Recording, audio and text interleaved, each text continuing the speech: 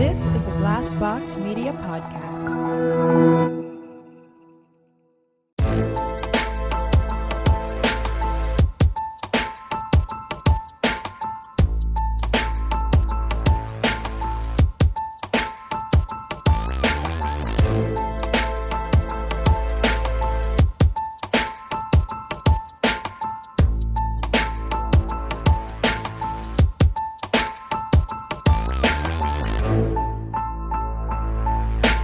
Oh my God.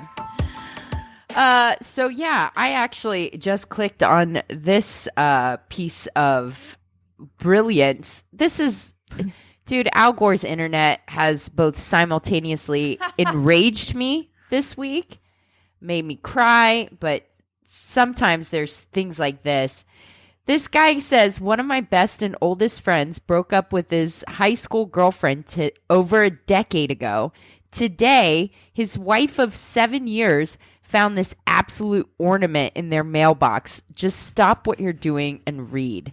So he has screenshots of this 2-page letter that 2 pages, front and back, and it's regarding demand for restitution for stealing my daughter's honor. Oh, fuck you. Your daughter gave her honor up. This is the craziest thing. And it's full too of like biblical stuff. Verses. It seems, oh my God, just so awkward. Why are you, it honestly is weird to me that parents are so invested in their child's sex life. And virginity. I really don't feel like I would want to, like, it's weird to me that you care that much about who your kid is fucking. Like, as long as they're being like safe or whatever. And this was a decade ago, so it's fine. Like, seriously, sir, calm down.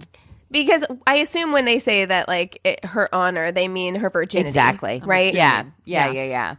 Oh my God. Okay. Like, also, too, sounds like you need to have a conversation with your kid. Ago. Yeah. Well, and if it bothers you that much, talk to your daughter about it. Like, why are you don't do this to your kid? I feel so bad for her. Is your daughter safe? Yeah, exactly. I know. Is she safe right now? Oh my God. I have concerns. I have so many concerns. They totally have a poop knife. Oh, okay. All right. I feel like we need to address this because a thread has started on our Facebook group. We did not mean any offense to sit down wipers or to stand up wipers, okay? Because there has been a thread started in the Facebook group about people who stand up to wipe. And apparently it is not as rare as I thought it was. Apparently lots of people do it. So I want to say there's no wrong way to wipe. No. Well, okay? there is. You do what you there need is to a do. wrong way to wipe, and we all know that that's when you back to front. Exactly. 'Cause no one likes a shitty vagina. That's right. You're right. And I'll tell you right now, if you're doing it that way, this isn't like this is just a way people do it thing. You are doing it wrong. Right. Yes. Please. This is a medical Put down problem. your UTI medicine. Mm-hmm, that's right. exactly Take note. right. Down that cranberry juice. If you've been wondering why you keep getting UTIs, if you've drank your weight in cranberry juice in the last month, let me help you out. You got a wiping problem. You're wiping the wrong way. So you're right. There is a wrong way to wipe, but I thought it was so funny because we started sharing like, well, at least we can all agree that poop knives are not okay. Eric, so we were Eric like hashtagging found them on Amazon. No. Oh my God. No. I'm gonna need you to send me a picture. I will. What does it look like? Does it look like a plastic I'm gonna butter get knife? it for you for Christmas. I was like, you Oh my God. motherfucking better not. We are not having a Call poop him in night. that room You should right get now. it for a white Christina, elephant. Is call what you should him get in it for. the room right now to let me see that shit. I need to see it. I'm appalled. I am shocked and appalled. This isn't something you can buy on Amazon. I so don't. grossed I'm out. Went to the Colin- store. I'm sorry. Yeah, it's. Oh shit! I'll make him We're post on week it. 2 of. week 2 of discussing poop knives. Oh man! But I mean, because we were hashtagging it all over on our Facebook page, that was like solidarity against poop knives. Like we can all agree this is at this time when our country is so divided. At a time like this, TM. Let's just say we can all agree that poop knives are not okay. Let's all be united against. I'm with that. I am also shocked that you guys don't shave your butt. Oh, that's me. No, me. I try. Okay, so this is the other thing. Okay. This is what happened. Okay. So our friend on our Facebook group, she was talking about how people now apparently shave their buttholes. And she's like, this is something that I can't get behind. And so I commented and I said, well, I'm not going to lie. I try. I do try. And just like Christina, it involves a maneuver, usually in the shower, where you fling your leg up basically as high as you can get it. And then you kind of go under and over. Spread cheek. The cheek. You can use one hand to spread if you have that kind of balance. That's generally how that works.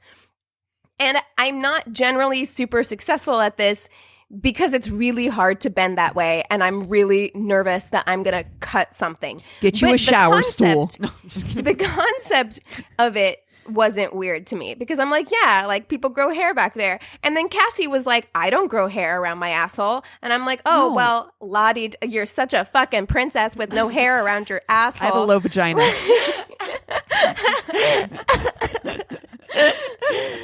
Dude, I get like long ass butt hairs, butt crack hairs. No, they're like curl. No, they're so long. No, like I know. inches long, and I'm like, if I'm gonna have somebody in there like eating my booty, they can't like. That's too you can't much. run into a hair. It's only considerate. I believe you. I just don't believe that. I double checked because I was like, okay, am I crazy? I don't have butthole hair. I don't. That's weird. It's not weird because apparently a lot of. But we've all determined that I'm actually the weird one, and I get it. That's okay. They're not on my butthole per se, but it's like it's around the outer rim. Yeah. Situation. And you know what? I felt a lot less weird about this when I used to work in a salon. I worked in a salon and spa as a receptionist for like a couple of years whenever I was a teenager. And, you know, the women would do Brazilian waxes and I'd never done one. But, you know, I was friends with one of the estheticians and she was like, everyone's always surprised when I ask them if they want me to wax like the inside of their cheeks and like the, you know, butthole area. And I'm like, everybody grows hair there. Like most people grow hair there. So what they do is they get you on all fours. And then they come up behind you with wax strips, you know, spread them cheeks and rip that hair off. I've never had to do it that way. Okay, so it's normal to have butthole hair. I also not worked in the hole. No, I get it. I hear what you're saying. I've never had to have that waxed. I don't, but I'm not, we also discussed this before. I'm not a very hairy person. No. So like, you've seen my legs. Like I even on my calf, like I have a whole entire area on my calf that just doesn't even grow hair. Like it's weird. Like, so that just could be one of those areas. Like I know like my husband has butt hair. Like I'm certain that a lot of people do. I'm not like dispelling the idea that happens. I'm just saying like I've never, thank God. I have toe hair. You know, I have big toe. I think I want to get like a Brazilian wax when all of this is over. Like maybe before the wedding, just to see what it's like. Oh, yeah. And also because honestly, shaving the whole situation, which is what I do, usually is a lot. It is. Like it is. You are contorting your body in ways that are completely unnatural. Oh my God! Listen, in an attempt to remove all the hair. When it grows back in, the itch. Oh my God! And oh my God! You just want to just Okay. fucking dig in there and just be like, I will say I've started using an electric razor, and it helps the itch situation a lot. Okay. Like it's a lot less aggressive and faster. But yeah, probably. Cassie. Okay, we got to talk about this because I know that there is like generational conversations built around like your vaginal hair, vaginal hairs. Okay. Vaginal. First, I don't like to be bald. I have a real issue with it. yeah. I mean, it's kind of triggering for me in general. Like if I'm bald down there, it's a real trigger for me because of my own personal past. And I feel like I look like a child, and it totally wigs me out.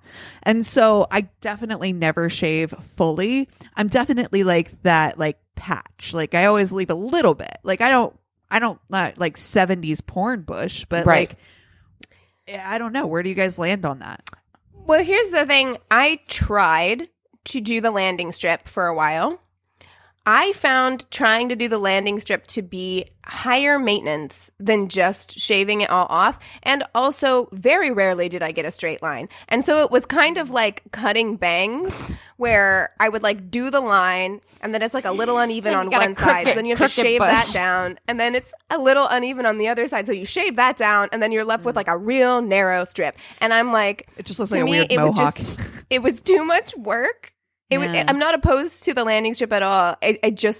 I'm too low maintenance, like not low maintenance, but Okay. like it was too high maintenance to constantly trim it that way. It was just easier for me to shave the whole thing off. So let me clarify that I don't actually leave a strip, like a line. Like it's more like a triangle. Like so I see. shave like in the natural okay. bone areas, like I pubic see. bone areas, like to a certain point. That kind of is more of a natural triangle.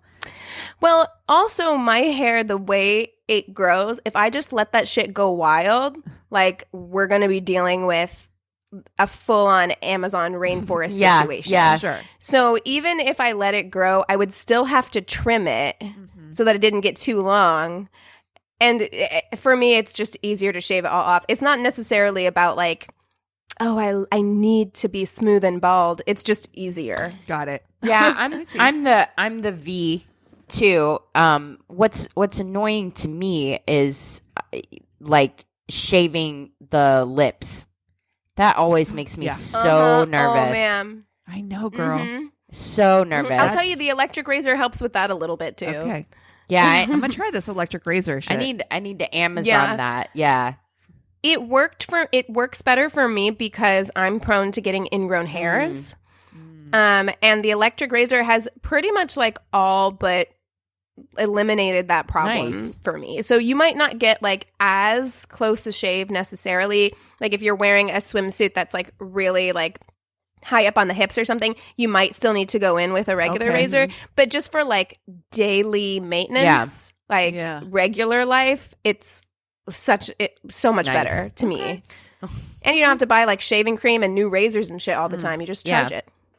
Oh, well, there we go. Helpful I'm glad hints. we had this conversation. So what's your thoughts on manscaping in that region? Because when I first met Chris, he was like bald balls, and he was like Mr. Grooms it, and it grossed me out. I don't like it. I like it. I know. like it just because I like sucking balls. But yeah, and I mean, if you're down there and I like it kept. I like it kept and Yeah. clean. You know what I mean? Yes, because have you ever gotten hair? Oh yeah, we all have, and you make that cat noise. Yes, exactly. That happened to me once. Like in the middle, like while the activity was ongoing, and I felt it. I felt it like hit the back of my throat, and I was like, ha, ha. And so then the whole time, that's all I thought about until I could like go spit in the sink. I'm just saying it was terrible. I So phantom I mean- hair just thinking of it. I'm like, ugh. I know. I dated a guy who shaved everything, like everything, and fine. I've also been with people who don't, and also fine. Really, it's their personal preference, like what Sure. they want to do with their body. That's fine with Obviously. me. But I will say, I do prefer like maintain it. Whatever you're going to do, Yes. just make sure it's maintained because nobody wants to floss with it. Yeah. Exactly. Just saying. Exactly. Yeah, I'm not saying don't like take care of it, groom it, keep it low, whatever. And again, everybody's got different types of hair. Right. So, like there's different levels of like curl versus volume versus all those things. So I really hope my mom doesn't listen to this episode. Every now and again we record one where I'm like, please don't let this be the one where she's like, you know what? I'll give it a try. Put it on. I miss her.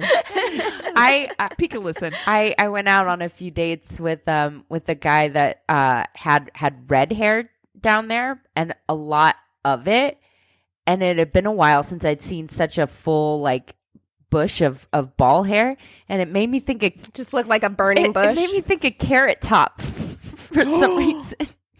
Oh no! Oh no! I hate that.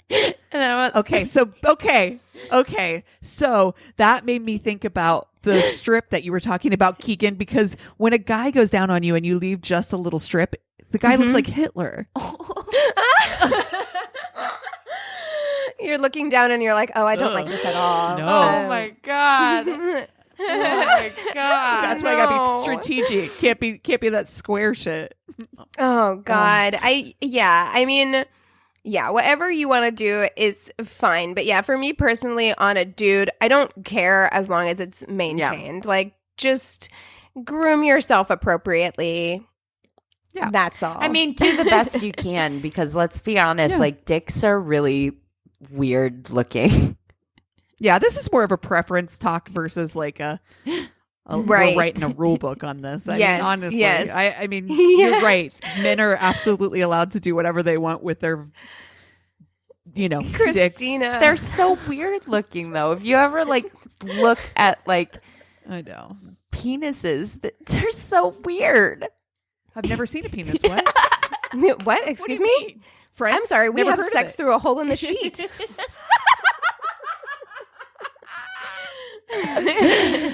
Oh my god. Never seen Lord. Friends. I mean, bodies are weird in general. Yeah. I will say. Have you ever done that where you stare too long at yourself in the mirror and then you don't make sense anymore? Absolutely. Yep. Absolutely. And I think that might be the same for dicks. It's like, if you look at it too long, you're like, that's it's like when you say a certain word over and over and over again and it starts to sound weird. Yeah. Or like you spell something and you've spelled it right. Like I did that recently where I had to ask Anthony, I can't remember what word it was, but I was like, did I spell this right? And he's like, yes. And I knew I had, but it looked weird to me. Yeah. Right. And that's what we do with our bodies and our faces in particular. Well, what should we? This is my worst date. Oh, I'm Cassie. I'm Keegan. I'm Christina. Oh, wait, before we move on, because, okay, look, we are a fun show. We like to keep it light because we're an escape for you guys, but we also recognize that this week has been really fucking hard for a lot of people. It's been difficult. It's been difficult for me. I know it's been difficult for both of you. And so, we do want to acknowledge that the world is a scary place right now. So on Facebook, I had posted something because I was just like, everything I saw made me so mad, made me want to cry. I was spending like the whole day fucking arguing with strangers on the internet.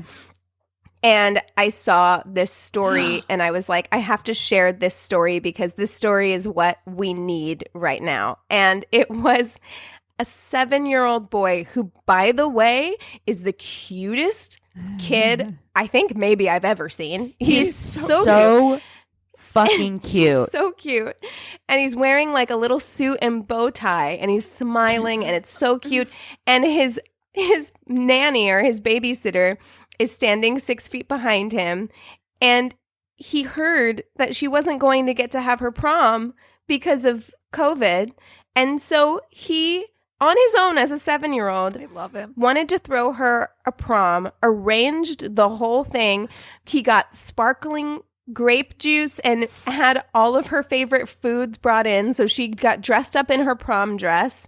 And then he met her, took pictures, and led her with a pool noodle so that they could stay 6 feet away to go get dinner. They had dinner cutest. like in his backyard or something. And it By is like a tree house or something. It's so cute. cutest thing I've ever seen. This kid put in more effort than 99.9% Amen. of Amen. dates ever. He's fucking He sure 7. did. This kid is a gem. Is a gem. He knows what's up. Oh man, like what a precious angel. I was like, this is the story we need right now. Exactly. Yes. And parents, you're doing it right. You're doing it right. When your 7-year-old does all that on their own, Just to make somebody happy because somebody that they knew and loved didn't get to have this experience. Like what a sweet, sweet, oh sweetheart. my God. Yeah. We need more of them. Yes. More 7-year-old boys who are being raised exactly like that. Exactly. Ugh. God, he was so cute too. I just wanted to squeeze him. Little soup. His cheeks, I was just like, oh man. Every now and then I do see a child that makes me like restores my faith in wanting to have children. And that was one of them. Yeah, for sure. That would be your son. Because that's Like, a 7-year-old Anthony if I ever heard of it. It really is. Honestly, for real. Yeah, for real. Oh my gosh. Oh, man. That's my favorite things too is when little kids are like dressed up in like really like adult clothes, like suits or whatever. It's just I'm like, babies in I'm like, suits? what are you doing in your gosh, little shut suit? up. what are you doing? Oh, your little tiny loafers. Oh my God, so cute. Well, All right. So, what are we going to do for Fuck, Marry, Kill this week? God, I don't even know. yeah, I don't just know. wanted to kill this week. You know? Amen. Honestly, true. Amen. Mm, Well, okay, here's a thought that I had. Okay. Because Anthony and I were karaokeing last night, and then eventually we ended up and we were watching like the Weeknd's music videos for some reason. And it made me feel like the Weeknd is that kind of very talented dude who you know is gonna fuck you over if you date him, though. Someone described it. Someone on Twitter was like, "I miss when the Weeknd used to make haunted strip club music," and I was like, "That's exactly what that is. haunted strip. It's 100% what he's doing." And so it made me think, why don't we fuck, marry, kill fuckboys, like famous fuckboys? Famous fuckboys. I love it. Because the Weeknd's a fuckboy for sure. Like you know that guy is gonna break your heart. And then write a song about it, and you're going to get with him anyway. Who else? I mean, I know we've know. done Leonardo DiCaprio. He's famous about, fuckboy. Shit. The singer, the guy, he's dated like everybody on the Oh, planet. John Mayer. John Mayer. Oh, fuck yeah. John Mayer. Perfect. Oh my Okay, gosh. so we got John Mayer We've got and The Weeknd. Weeknd. It's just, Drake. Drake. We've never done Drake before. Oh, Drake. Didn't he? Drake's a Didn't good he one. go? I love Drake. Didn't he Damn get thirsty for Billie Eilish? Yeah, I don't he's like I'm looking at him with some significant side eye. For sure. But Very he is strong a side-eye. super fuckboy for sure. I'm like, settle down, Aubrey. Aubrey, honey. Wheelchair Jimmy or whatever the fuck his name was on Degrassi. Damn, you guys coming in hot. Yeah. All right, so we got Okay. John Mayer, Weeknd, and Drake. Okay. All right. Okay. Oh my God, I hate myself for my answer. I hate myself. I think I know mine for sure. Oh no, hate- I'm gonna hate myself no matter Yeah. which decision I make. I hate that I'm going to marry John Mayer. I hate it. Wow. I hate it. I hate myself. I hate myself. I haven't learned anything. But you know what? But John Mayer, he is that type of fuckboy. Like that's why he's a I know. fuckboy. Is No, because he's got a big he is dick. the fuckboy on the cover of that romance novel that Kelly shared in our Facebook Yes. group. It's Yes. because like you're a really talented musician, and you write things that make me think that you're deep and soulful. and I will fall for I it will 100% every goddamn time. Every time. Every fucking time. And I know better.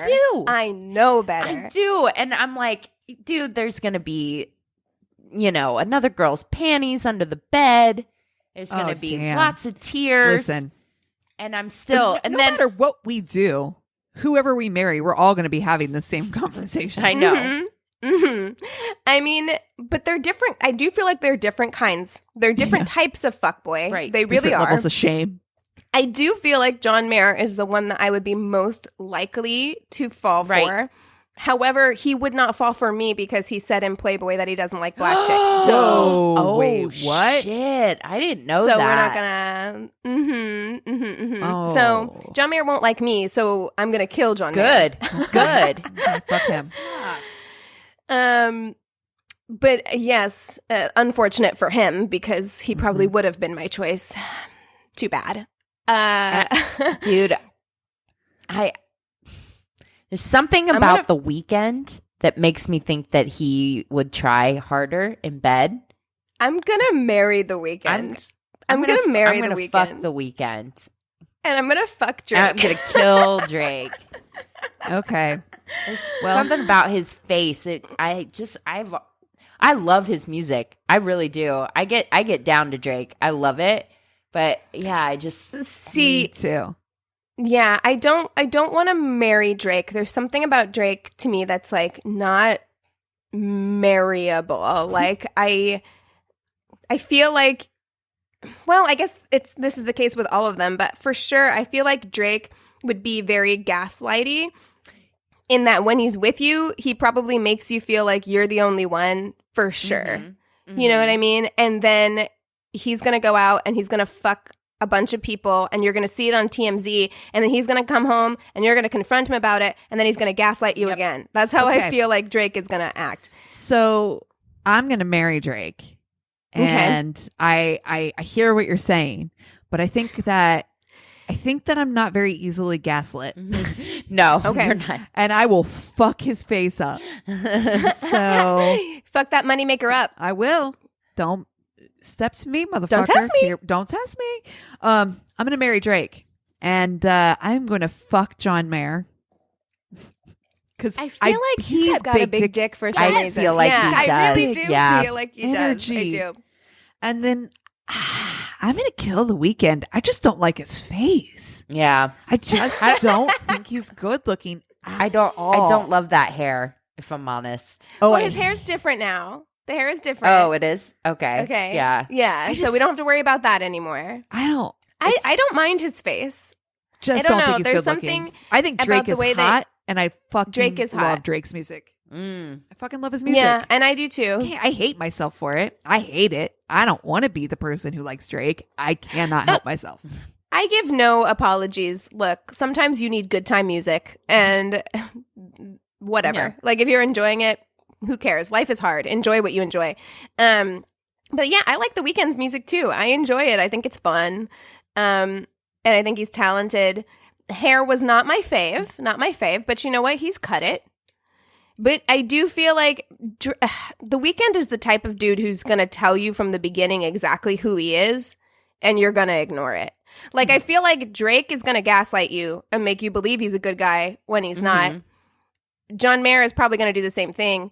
The Weeknd is going to straight up tell you he's trash. Yeah. And you're going to get with him anyway. Yeah. You're like, I can change him, though. Yep. No, you can't. See, that's the thing, though, is that I feel like with John Mayer, which is why I'm just going to fuck him, I feel like I would be easier for me to believe his lies than Drake to gaslight me. You know what I'm saying? Oh, yeah. So that's why I'm like, listen, sir, you may think you're sly, but Mama knows all. The problem with John Mayer is that he has the same issue that we're seeing a lot in the media these days, where if he just shut up for like 5 seconds, people would be all over him. It's like he cannot stop talking. Because he did an interview like a couple of years ago talking about the whole Playboy situation, and he somehow made it worse. I'm like, God. Anytime he opens his mouth, he like makes it worse. So you do know, Christina, if you're going to marry John Mayer,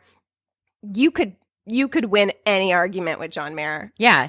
Any argument. He's going to put his foot in his mouth. Because he doesn't know when to stop talking. Yeah. Yeah. It'd be a lot of emotional labor, a lot of work.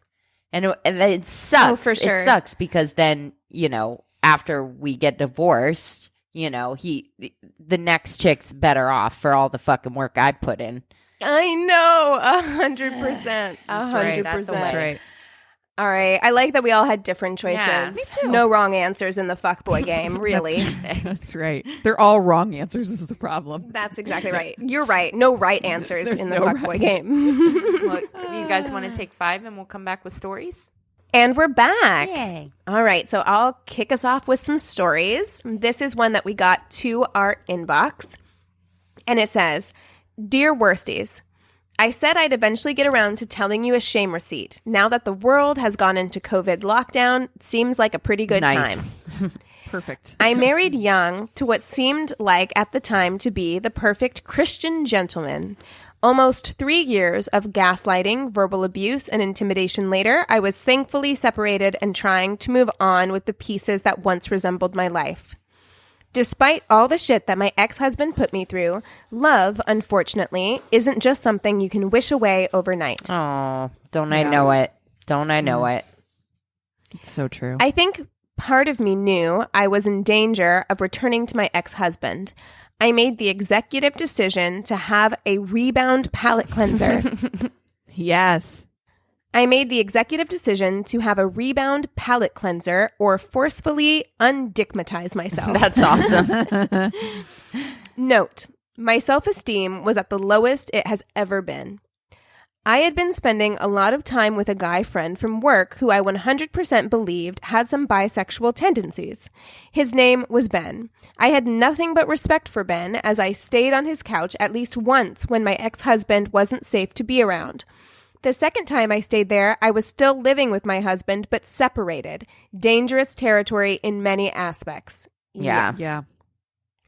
I was quickly drinking my way through a 6-pack of ciders.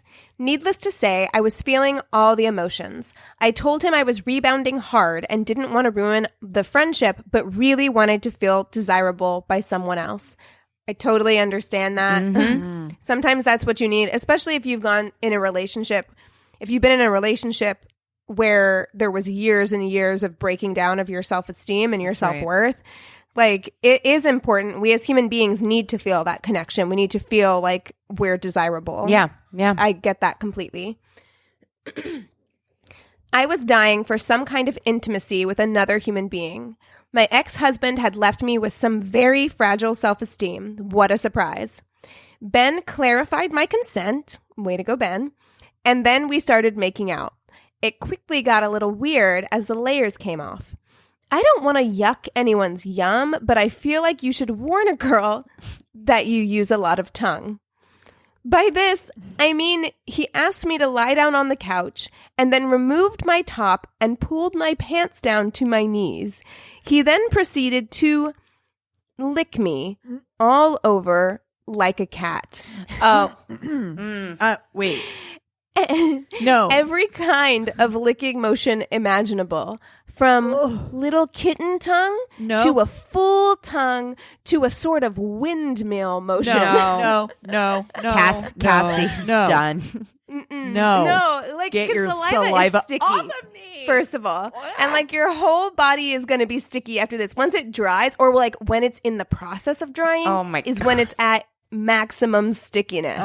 I'm just saying. Oh my disgusting. God, I'm gonna gag. I have never been with a person who gets so excited just by licking. Is this a fetish thing? He started on my torso and worked his way up my body and down my arms. They're like, sir, you're going the wrong way. That's like, it's Also, like first of all, yeah, you start just pushing his head down. No. I mean, I know we hate that, but also desperate times. I also hate that you're licking my arm. Why are you licking down my arms? Oh, I hate it. No. I feel like my whole body stinks right now. oh my Just God. from saliva mouth.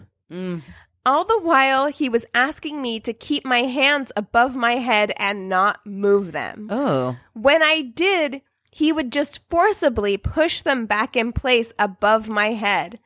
I was like, oh, okay, you don't want to come up here and kiss me?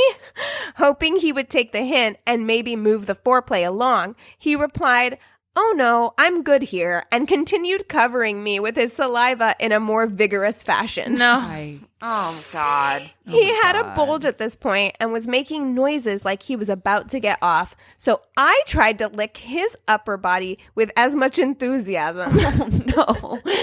Oh, my God. When you're like, okay. I got in.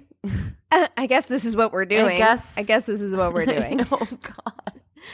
I got in about 3 good licks before my tongue was all dried out from his skin, and I pleaded with him to just go to the bedroom. 2 pumps later, and he was up to a semi and already finished. In my head, I was like, gosh, for $30, I could have bought a vibrator and avoided the bullshit. Oh, Jesus. He had more of an erection licking me like a cat than he did when his dick was inside me. Oh, no. Did I mention? Oh, sorry. Have you guys ever participated in foreplay or whatever? That's something like that. It just makes me laugh that she started doing it to him because you're like, I guess we're in this now.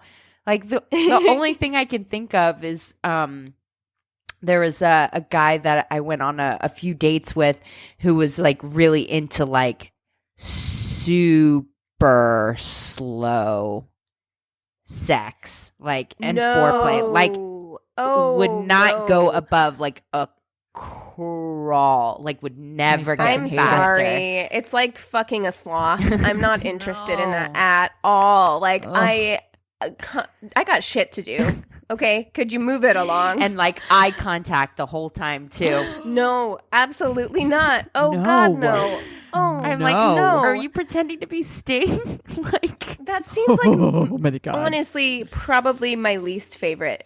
That's probably my least favorite. I don't like super slow sex. Like, what? Why? What's happening? Exactly. This is all making me very uncomfortable. I hate it. Thanks, I hate it. I just don't like. I connect with people through like conversation and like getting to know them personally. I guess some people probably connect through sex, and like for me, like sex is great and wonderful, but for me, sex is about getting off. Mhm. Yeah, Yes, like amen. I don't I connect with you through knowing you, like not through super slow 100% eye contact sex. Well, it's also very awkward to do that for the first time. Do you know what I mean? Like I get incorporating some, like sometimes it does, there is a connection, or it feels really good or whatever once you like know somebody and you love them and all that stuff. But sure, for the yeah. very first time, Exactly. it's the awkward. We don't know each other that well. Like, I don't know your mother's maiden name. I don't think we should be having 100% eye contact sex right now. This feels wrong. Oh my God. Okay. She says, did I mention that we work together? When I saw him at work the next week, he acted like he had amnesia. Even though I said there were no hard feelings if he didn't want to keep seeing me, but just let me know. He was adamant he wanted to keep seeing me and kept making plans to meet me and then not showing up. Ew. Fucking hate that. Immature. You know I hate having my time on. wasted. I hate having my fucking time wasted. Just say you don't want to hang out. Done. Exactly. Simple as that. We rescheduled a couple of times and he just acted like he forgot or that something came up. He even ignored me when we were paired up on assignments together. What a baby. It was similar to when a toddler puts their hands over their eyes, convinced they're invisible. Oh my Yep. God. He thought he was being so smooth, but in reality, he just looked like a moron. Guess he regretted it almost as much as I did at the time. Thanks for all the wonderful episodes, ladies, and all the hard work you've put into them. I love the podcast and the community you've created. I can't wait for the next 100 episodes. Sincerely, your Aussie fan, Katie. Oh, yay. Oh my gosh. Licking. A liquor.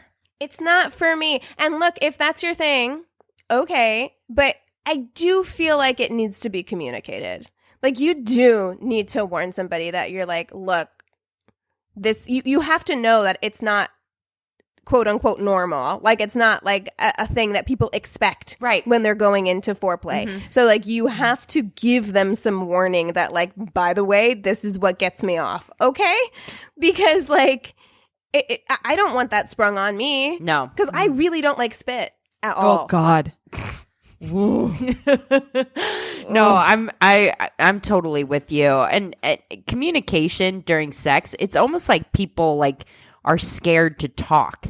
Do you know what I mean? And not that you should have like a whole conversation, but even just like licking, being like, "Ooh, I like this. Do you like this?" You know, and Right. you are allowed to use your fucking mouth. You know, But but not like that. I mean, he's using his mouth. Yeah. But isn't it weird that people are more comfortable just attempting the thing than having the conversation, than using their words? Yep. Because I'm just like, aren't you concerned that maybe this is not something that she likes? Like, why are you more comfortable with just like going full in 100 instead of just asking? Yeah, because that's the thing. When they go all in, their chances of getting it are more than.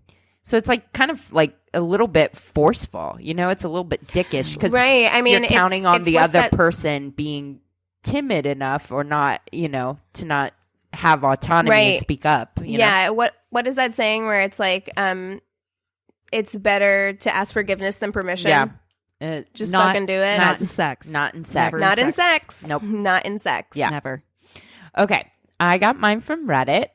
He says, during college, when I was 20, I had started messaging a cute girl on OkCupid who seemed a little quirky, but otherwise normal, and went to another college nearby. When we finally decided to meet up, she suggested we hang out at her campus. Since it was the week before Halloween, one of the local clubs was hosting a showing of old cheesy horror movies like Reanimator and such. When I meet her, she is basically how she seemed from her profile, cute and quirky and a little bit goth, but otherwise appropriately dressed. After watching a movie and having a bit of conversation, she asked if I want to go back to her dorm and stay up a while. Of course I accept, and when we get back to her common area, she pulls out her stack of DVDs. Ooh, have you seen any of the Saw movies? They're my favorite. I saw the first one and thought it was all right, so she pops in Saw 3, and we start watching it. Oh, honey, as somebody who's seen like almost all of the Saw movies, no, this is not like a first date movie. Like you, Christina, as somebody who like went on a date and watched Zodiac, Saw is like 10 times worse. Oh, halfway through the movie, she starts kissing me. As much as I was initially attracted to her, making out during a Saw film is incredibly awkward. Yes, it is. It's torture porn. I basically tell her so, but she keeps going, hopping on top of me, but still watching the movie while kissing and grinding on me. I don't like that. I don't like that. Finally, I turn off the movie and she hops off and we just start talking. She asked me, so what are you going to dress up for for Halloween? Oh, I have this costume I'm putting together to be the dude from The Big Lebowski. What about you? Oh, well, I mean, I guess I don't have to dress up that much. Oh, yeah? Why is that? Well, isn't it obvious? At this point, she gives me a beaming smile, and I notice something I didn't before. She has huge canine teeth. She's really going all out on this costume. I inspect closer, and those are her real teeth. I get weirded out, but oddly, it's kind of hot at the same time, and I nervous laugh. I hope you aren't the kind of vampire that only sucks blood. Haha. Okay, this was a bad joke, but I wanted to distract from how awkward this situation was. She says, well, you know how I was getting pretty turned on during the movie? Well, it's because I'm a psychic vampire. Oh, honey. I don't typically drain blood from humans. I feed off their auras. I could feel your fear and anxiety from the film, and it fed my senses, causing arousal. Put the movie back on, and I'll suck your cock and get more of your life force that way. Oh, my God. I got okay, But but Loki, wait, did he I do it? don't 'Cause want I feel them. like- I don't want them canines on my penis. I know. Exactly. Oy. Oh my god! So you fuck around and get a Prince Albert that way. That's right. That's damn right. He says, "I got the fuck out of there immediately," and she kept texting me for days. Oh my god, dude! Yikes. I On don't. bikes. love crazy theories, conspiracies, or like things people. One of my favorite date stories was that guy that had that whole lizard people tale. Oh God, I Dude. mean, yes. that was. I shit is I wild, low dude. key I don't want to go on those dates, but I low key love reading about them. And also, like, I definitely don't want to date somebody who feeds off of my, like, anxiety. yeah, that's not like good. I'm like, are you going to keep provoking me into anxiety so that you can, quote unquote, feed off of me? Because that's not a relationship I want to participate in. No. Unless you actually take it away from me, and Oh. then. Mhm, Oh, sure. mhm. Yeah. Okay. Wow. Okay. Mine's not super long, but it is. I think it's funny. Okay. A few years ago, I met this guy. I'm pretty sure it was on Match. He was a really sweet guy. We talked through text and eventually by phone. He was a bit nerdy and we connected on books, gaming, Pokemon. I was into it, so I suggested we meet up. He said he was having a get together at a local park and asked me to meet him. I wasn't sure about meeting his friends yet, but thought, what's the harm? Maybe we'll just do Pokemon Go and, hang out at the park. I'll drive, and that way I can leave whenever I want. When I arrive, I see a large group of people gathered in the distance, and I think, oh my God, please don't let this be a fucking family reunion. Oh god. Nope. It was worse. A knight, yes, a knight, Knight, comes running up to me from a group, and you guessed it, it's my date. And he's invited me to a LARPing event. No. A Again, freaking you have to warn somebody. LARPing event. You have to warn someone because, like, look, there are people who might be into that. There are also people who might be like, not my thing, but fine. Like, I'll turn up. But you have to let people know. Don't ambush people with that shit. What the fuck? Oh my god.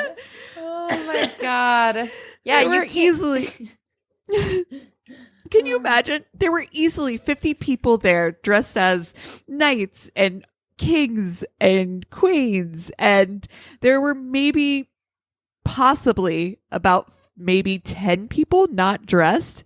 It was the most awkward date I've ever attended. Yeah. Yeah. Attended. Can you imagine? Attended because you didn't go on a date. You attended an event. No. Yeah. It's a no from me, dog. Yeah. It's a no from me.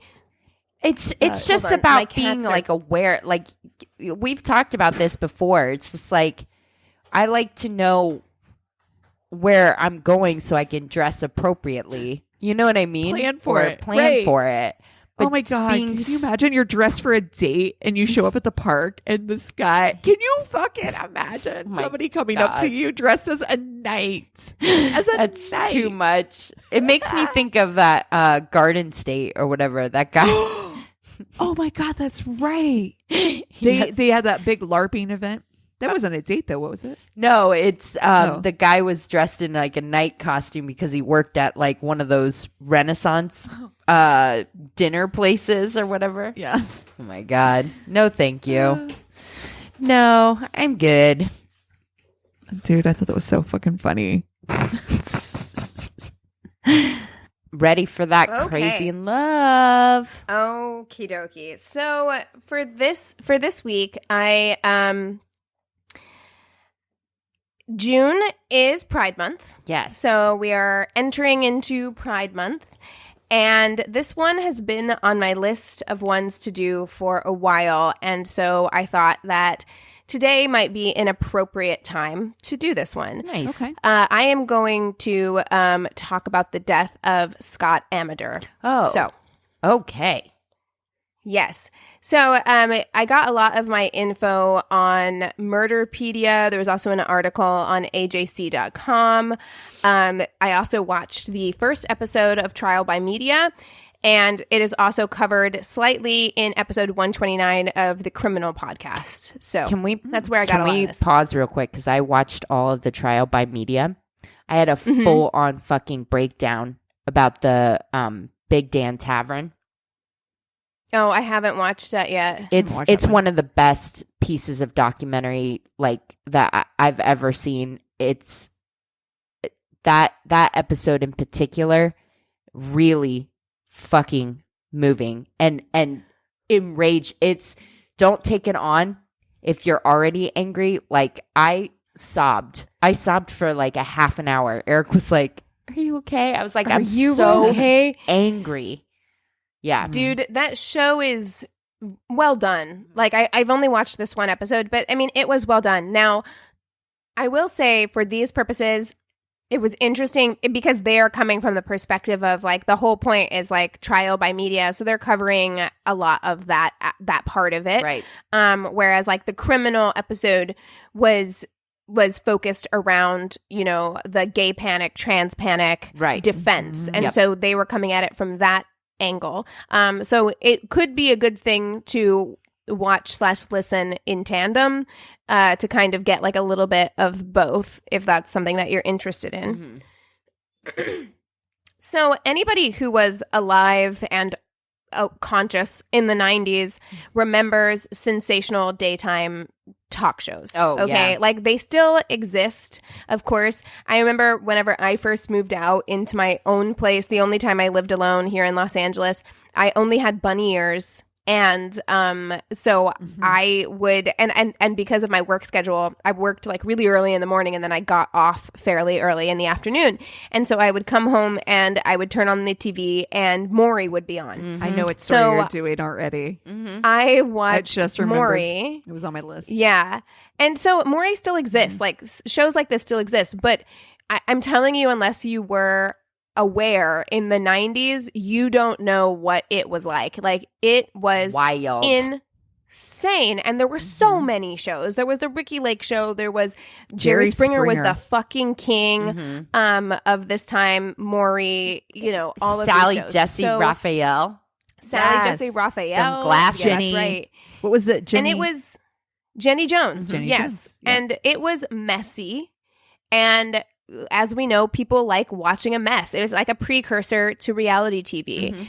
So in order for this to work, obviously, they had to get people who were easily manipulated, I guess, is like the best way to say that, because they managed to somehow get people to come on this show to reveal things that like I absolutely would never put my dirty laundry out there like this. It was a lot of like lying, cheating, relationship stuff. So a common theme on these shows was secret crushes, which is exactly what it sounds like. People would go on these shows and they would reveal that they had a crush on someone, and that person would be brought out and the secret would be revealed. And occasionally these ended happily. You know, occasionally it'd be like, oh, well, I like you too. And they played matchmaker and they get to feel good about themselves. So Scott Amerdure was born on January 26th, that's Anthony's birthday, 1963.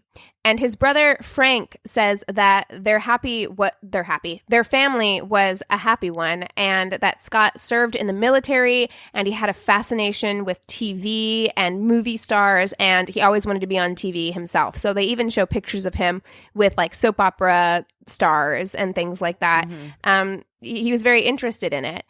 He came out to his family during his time in the military, and his family was supportive. Frank says that even their father didn't have a problem with Scott's sexuality, so it was really like a non-issue for them.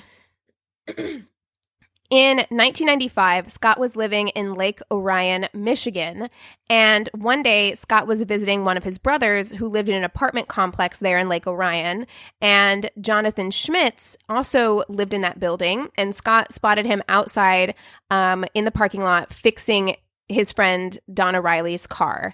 And Scott was a little bit of a handyman. He was a pretty good like amateur electrician. And so he offered to help him with the car. And that's how the two of them met.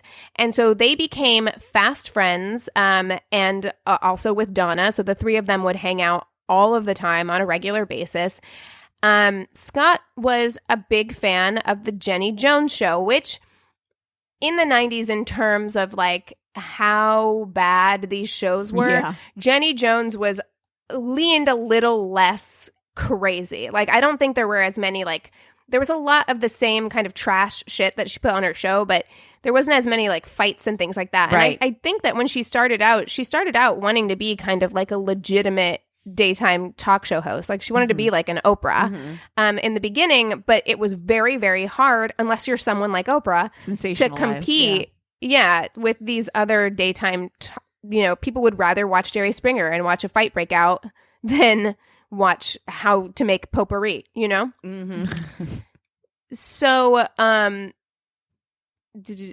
so anybody who watched these shows, they remember that every show, and sometimes during commercial breaks, but at the end of every show particularly, they would start scouting for talent for future episodes. So they would come on, either they would come on or there would be like a thing that came up that said like, have you been cheating on your man with a family member and you want to come clean about it? Call us at this number. You know what I mean? They would kind of scout for future episodes.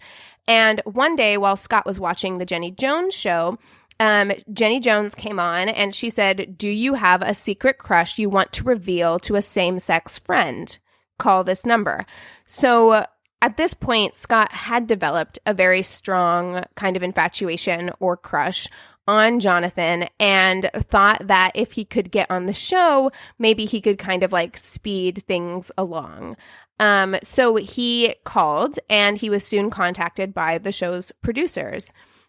Scott told the show that he had a secret crush on Jonathan Schmitz, and so the show contacted John and told him that someone he knew had a crush on him, and they did tell him it could be a man, it could be a woman. So they were like, we're not going to say, it could be either thing, and asked if he was interested in coming on the show to find out who it was.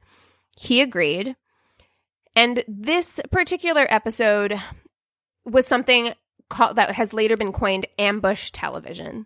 So the person does not know what is about to happen. They're completely kept in the dark until they're on screen, on TV. And you have to admit that, like, it is a fucked up concept, in my view. Like, it is a completely, like, fucked up concept to do this to people. Yeah. So Scott appears on the show with their friend Donna Riley on March 6, 1995. And when Jonathan is backstage, he is wearing headphones so he can't hear what's happening on stage. And Jenny is asking Scott if Jonathan was gay. And Scott answers and says, anything's possible. And when he asks if they have any reason to believe he might be gay, Donna says, not really. He says that his family kind of questioned him on it. So, and this is something that will be revealed later. We'll talk a lot more about John's family life. His dad seems like a real piece of shit. Yep. And his dad admits later in one of the trials that comes off of this that he had questioned John about his sexuality because he'd had trouble with girlfriends in the past. And it's very, very clear that John's family, specifically his dad, is extremely homophobic. And we'll get to that in a little bit. So Scott went on to talk, from Jenny Jones's prompting.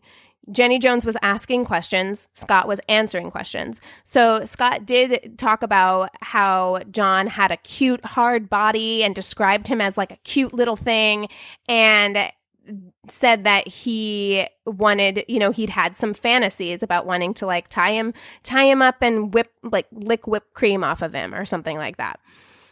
And so they bring John out, and at first, I think he kind of feels like maybe it was Donna who had the crush on him. So he kisses Donna on the cheek, and then him and Scott do have like a very visibly awkward hug. And then it's revealed by Jenny Jones that it's Scott that has the crush on him. And you can see John, you can watch all this footage. It never aired, but you can find it like online or in this episode. You see him. He's laughing, he's smiling, and he says, "Oh, you guys lied to me." But he appears he appears a little embarrassed, but Yeah. like he's taking it in stride. Yeah. It seems like very mild. Yeah. Yes. Yeah. So that's when Jenny replays the clip of Scott talking about tying him to the hammock and those fantasies that he was having. And at this point, John does look embarrassed and uncomfortable, but he's mostly still smiling and laughing it off. When Jenny asks if he's single, he says, yes, I'm single, but I'm 100% heterosexual. So that's kind of it. It doesn't really feel like, it feels like somebody who's maybe like a little bit like embarrassed, but it doesn't feel dangerous. It doesn't feel explosive. There's no fighting that goes on at all. And after this, Jonathan, Donna, and Scott actually continue to hang out together. They hang out on a regular basis. And Donna would later say on the stand that John did not express any anger or displeasure with Scott about appearing on the show. Immediately after, they take a plane home together, they go to a bar, and they continue hanging out that night. So nothing seems amiss. However, 3 days after the show, Scott leaves a provocative love letter for John on his door, along with a flashing construction light, which they'd actually found at the airport on their way home. They'd found this light. And Scott, being an amateur electrician, he had rigged it or whatever to flash. And he left this note, and it read something like, "You have the tool to turn this off," basically. After reading this note, John goes to the bank. He pulls out money. He uses that money to then go purchase ammunition and then a gun. The clerk at the hardware store where the gun was purchased says that John didn't seem upset. He was polite. He was cool, calm, and collected the entire time. He then drives to Scott's residence, which is a mobile home. He knocks on the door, and John then asks Scott if he had left the note. According to court documents, Scott just smiled, at which time John told Scott that he needed to go turn his car off because he'd left it running. He went to his car, and he got the shotgun that he had just purchased. Scott knew that something was about to happen, and so he turns to his roommate, Gary, and he says, "Help, Gary, he has a gun." John came up with the gun kind of in an upward stance, not pointed at Scott, and he uses the gun to kind of push the door open, at which time Scott picks up a wicker chair and holds it in front of him, kind of like a shield. John then shoots Scott twice in the chest, and he dies immediately on sight. After the shooting, John immediately left the residence, went to a payphone, called 911, and confessed. When the operator asked John why, he said, quote, "Because he picked me on national TV and he's a homosexual." He was arrested and charged with first-degree murder, and the media went Nuts. bonkers. They went fucking bananas about this story. So when it went to trial, the defense strategy was basically to say that he was pushed to it. They used a combination of the gay panic defense and the fact that he had some underlying mental health issues. Now, according to Wikipedia, the gay panic defense is a legal strategy in which a defendant claims they acted in a state of violent, temporary insanity, committing assault or murder because of unwanted same-sex sexual advances. So, they argued, his defense attorney argued diminished capacity, that this was a man who had been totally humiliated and embarrassed, and they even got a psychologist to say that he had bipolar disorder and reoccurring depression. And he also apparently had Graves' disease, which can cause misfires in the brain. And like I said, his dad is a piece of shit, and on the stand admits to, in front of all of John's classmates when he was a kid, beating him with a belt. So he did have abuse and things in his past. Yeah. However, Scott's brother was in the courthouse and was interviewed, and he was like, "I have Graves' disease. I have depression. That doesn't make you fucking murder somebody." Right. So he was appalled that they were using that as an excuse for premeditated murder, because there's no way you can, I mean, they did argue that it wasn't. They fully argued that it was not premeditated murder. But it doesn't feel like they should be able to, because it's like he literally went to the bank, pulled out money, bought ammunition, went and bought a gun, went to his house, didn't bring the gun with him the first time. That's right. Until he got what he needed to hear about the note, and then went and got the gun. There's nothing about that. It makes me, because I've seen so many things on this case, trial by media being the latest thing that I've watched about it. We're missing part of the story. Yeah. Because it's not gay panic. It's not, because No. I watched that clip and he's not that embarrassed by it. Maybe a little, Right, but he laughed it off, and they hung out after that. Exactly. Because people do respond to embarrassment differently, and it's possible that like him laughing and stuff like that is the way that he responds to anxiety. I understand that, but the fact that he never confronted Scott about it, he wasn't upset. Donna Riley says like he wasn't upset with Scott or anything, didn't even say anything about like, hey, I wish you guys hadn't done that or anything like that. So we'll get to some things later on.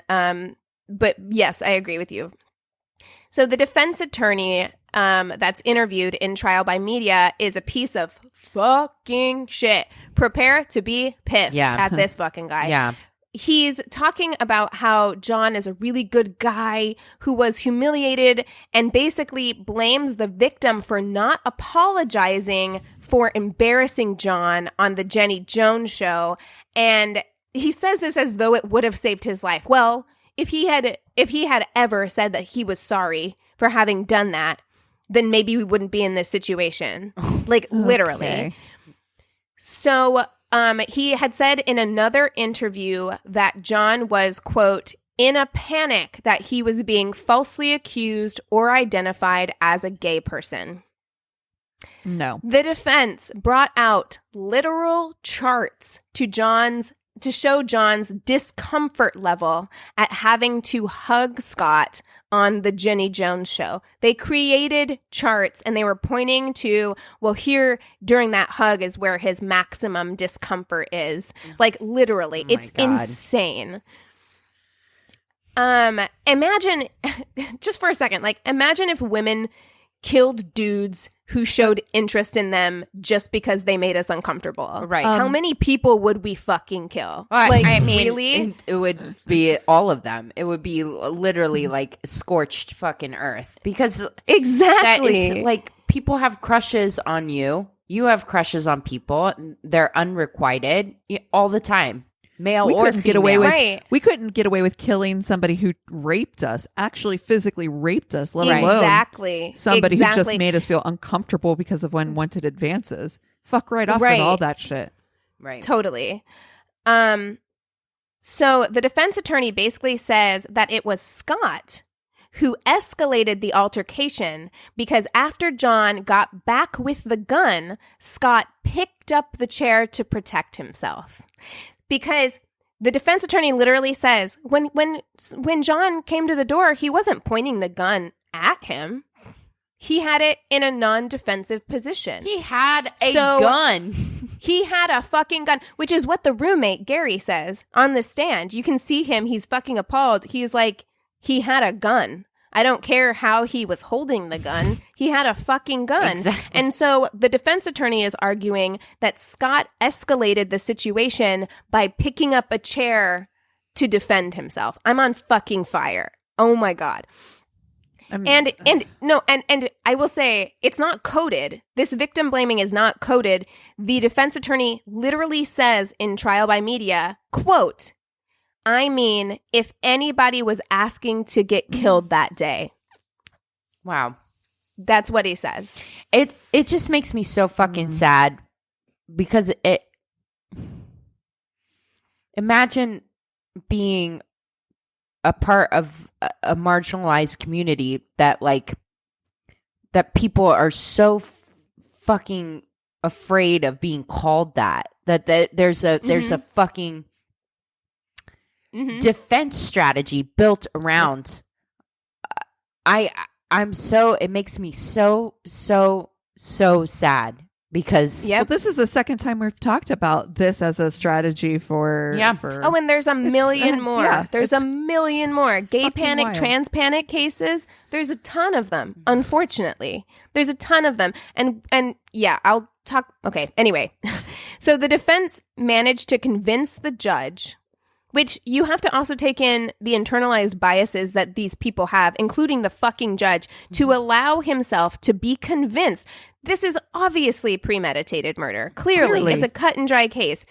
But the defense managed to convince the judge to allow lesser degrees of second-degree murder, voluntary manslaughter, and involuntary manslaughter, and discharge of a weapon in the city limits, resulting in injury or death resulting, which is a 2-year misdemeanor. So the defense somehow managed to convince the judge, probably because the judge is homophobic himself, Certainly. managed to convince him to allow lesser sentences to be considered.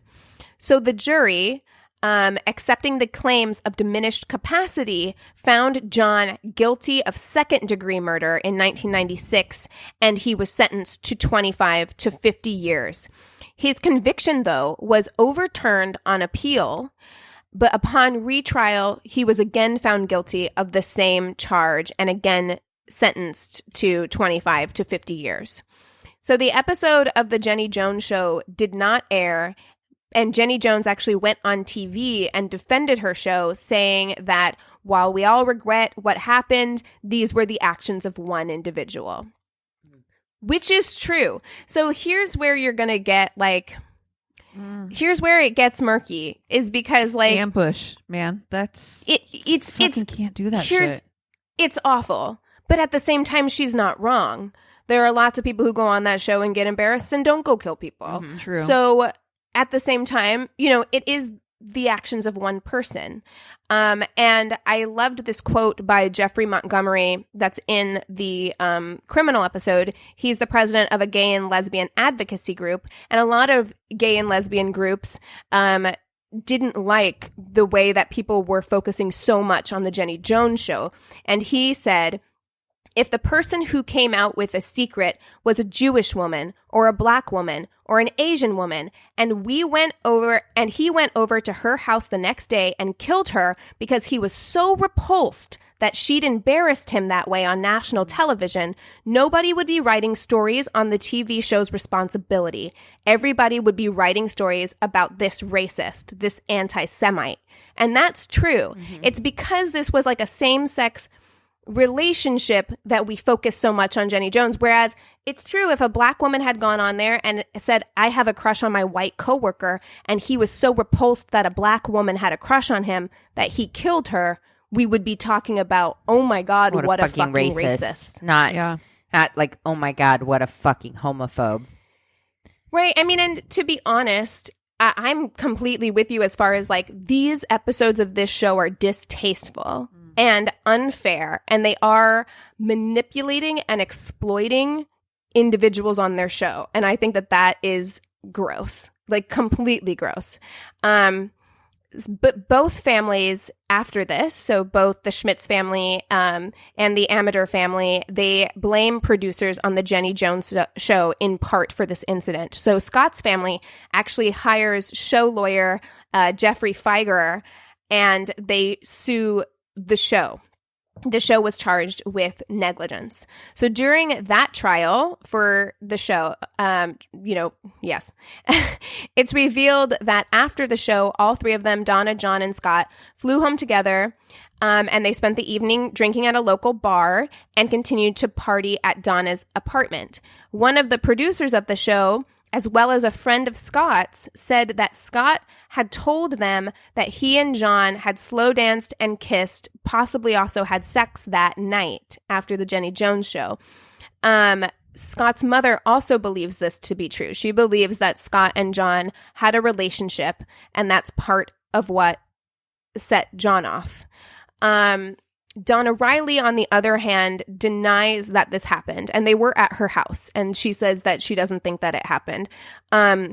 So it could be a case of the producer trying to deflect blame from Jenny Jones, or it could be the truth. We don't know. What we do know, and is admitted by John's father, is that after the show, they, go to the bar. John calls his dad from the bar and tells him what happened in Chicago wasn't good, and explains the situation, that the secret crush that was a man. And John's dad goes off. He freaks the fuck out. He admits on the stand, that he was furious, that he condemned, quote, the gay bastards, and he used the F word to describe them, and that he was so upset that he threw a chair. Jesus Christ. About this.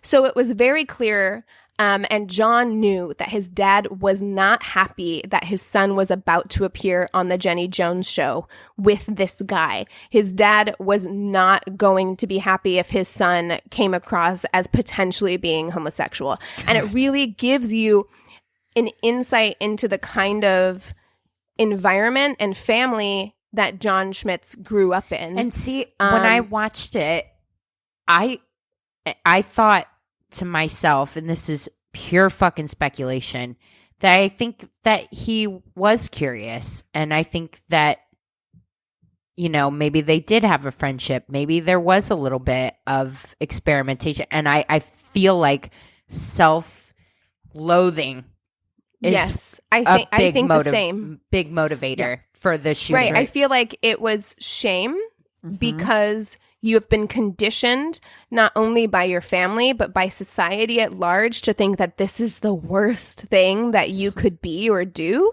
And you couldn't deal with that. Like, not only was like your masculinity threatened, but also like you have your dad straight up losing his fucking mind at the idea that could his be gay, son possibly, or not, even if that's not the case, just him being associated with somebody who's gay. And I'm so glad that you're doing this, just in light of June being Pride Month, as in addition to the week that we're seeing right now, where it's so furious to just have to try to explain people are people. Like, why do you have fucking hate in your heart like that? Like, I was having this conversation yesterday. I can't understand it.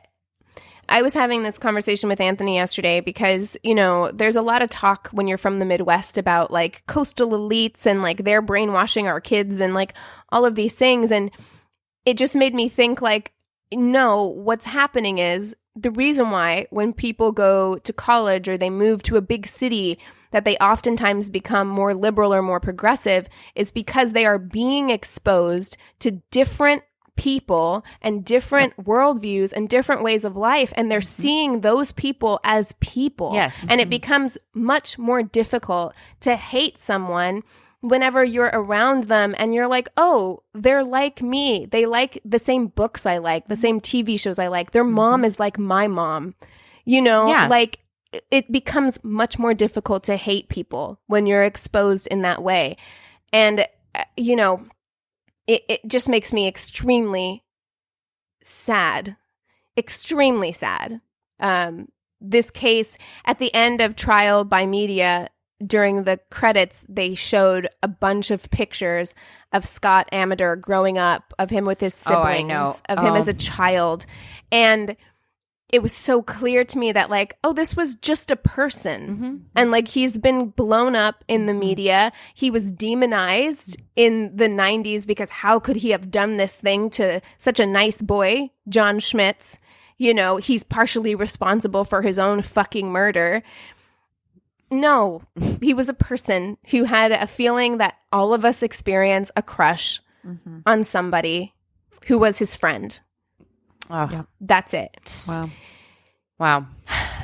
And so during the trial, Jenny Jones took the stand and she worked the crowd for a bit, but in the end, Feiger ripped her to shreds. Like he seems like a piece of shit, but I mean, He's probably the guy you want in your corner in a thing like this.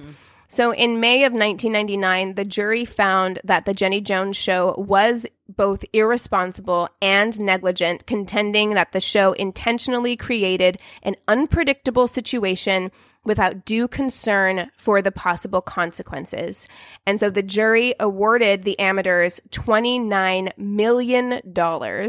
However, they never saw any of it. The judgment was later overturned by the Michigan Court of Appeals in a 2-1 decision, and the Michigan Supreme Court declined to hear the case. So here's the thing. I absolutely, my heart goes out to that family for their pain and suffering, and I would be inclined to do the same thing because you want to place blame somewhere, and like I understand that. But at the end of the day, John Schmitz is responsible for this murder. Yeah, and I kind of am inclined to believe that it's something that might have happened without the Jenny Jones show anyways, because his deep homophobia would have caused that event anyways, I think, because... But he would have never had to share that story with his dad. He would have never, it might not have escalated because maybe then it's not public. You know what I'm saying? It's a private thing. Like, oh, your friend has a crush on you and you can brush it under the rug and you can brush it off because not the world knows. Your dad doesn't know. Your grandma's not going to accidentally see that on Jenny Jones and you're not going to have. So I see, and I agree what you're saying.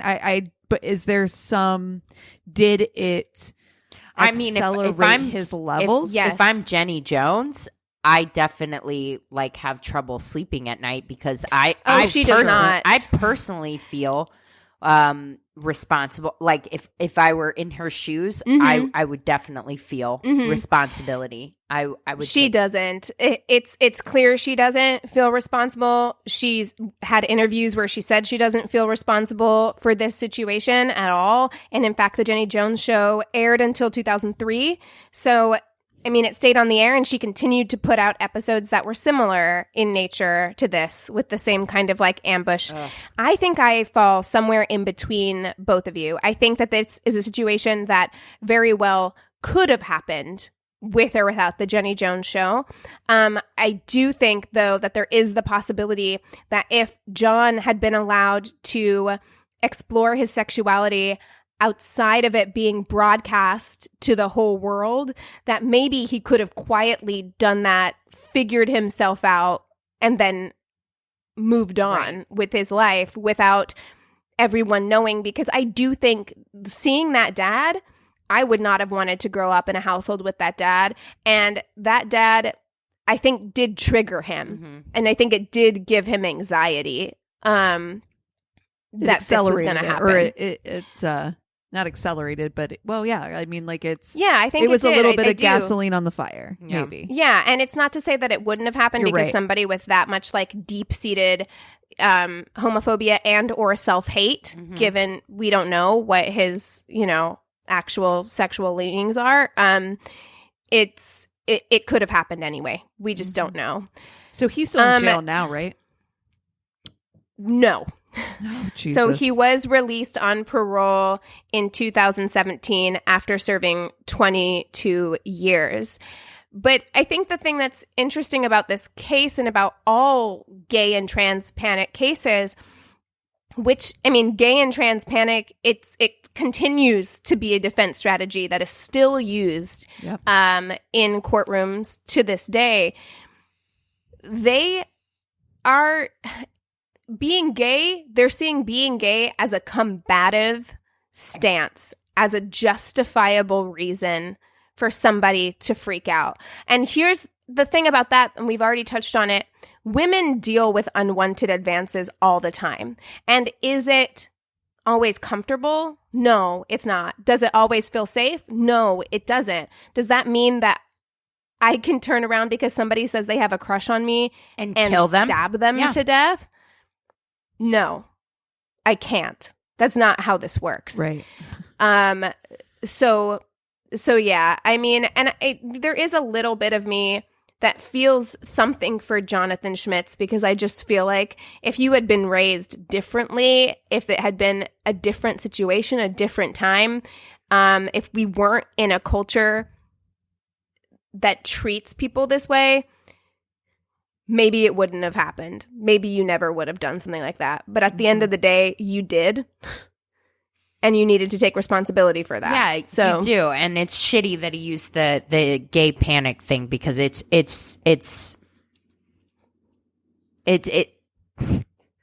I just don't understand how people harbor hate in their heart for anybody, of the color of their skin, who they decide to love. Like it.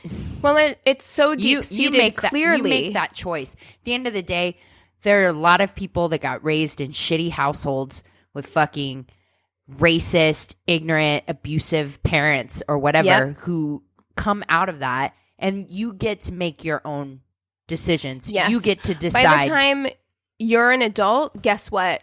It's your responsibility to unlearn that shit. It's your responsibility to unlearn it. And here's another thing. Don't let anybody fucking tell you that just because somebody is your dad, your mom, your brother, your sister, that you have to keep them in your life. If that person is fucking toxic to you, Amen. Cut them the fuck out. Amen. Cut them out. Yep. You know what I mean? Because, I think it may have been a different story if he had cut out the toxic people in his life that made him feel like this. Because I don't believe that he actually thought it was wrong, because nobody, like you...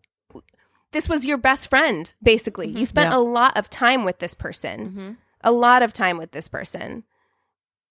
I don't know. It's truly like, it's a very, very, very upsetting case. And my heart goes out to his family, because they're still distraught by it. His brother was interviewed in trial by media. They'll never get over this. They'll never get their brother back. And that's what they said. Even though you can tell that they feel, they're better people than me, they feel some empathy for John. They say, well, I don't think that he should be out, because my brother doesn't get to keep living his life. Yeah. And I thought that was a really powerful choice too, that show made by showing all of his baby pictures. It humanized him. It really, really did, especially in these cases that become so sensational and are spread all over, and all you ever see are those same clips over and over from the Jenny Jones show. It becomes easy to kind of like minimize his life into this one thing. Right. And that's not who he was. It was a moment in his life, and so. Yeah. Oh, good one. Anyway. Good one. Ooh, Thank you. Thank you for talking about that. That was definitely a good Crazy in Love. Yeah. One that we needed right now. So what are you guys watching? I mean, I know now, Keegan, you're watching Trial by Media too. I was going to text you about that, because like I said, I've watched all of them. There's a really fun one, actually. Really fun one on Richard Scrushy. Watch that one, and you'll get a good laugh. The lawyers are hilarious. So that one's really good. But yeah, I would if you are not ready for something really, really hard, the Big Dan's Tavern really hit me. That story sounds familiar. You'll recognize it as soon as you hear it. It's the very first televised court case, and they decided that it would be a good idea to do it for a rape case. Oh, fun.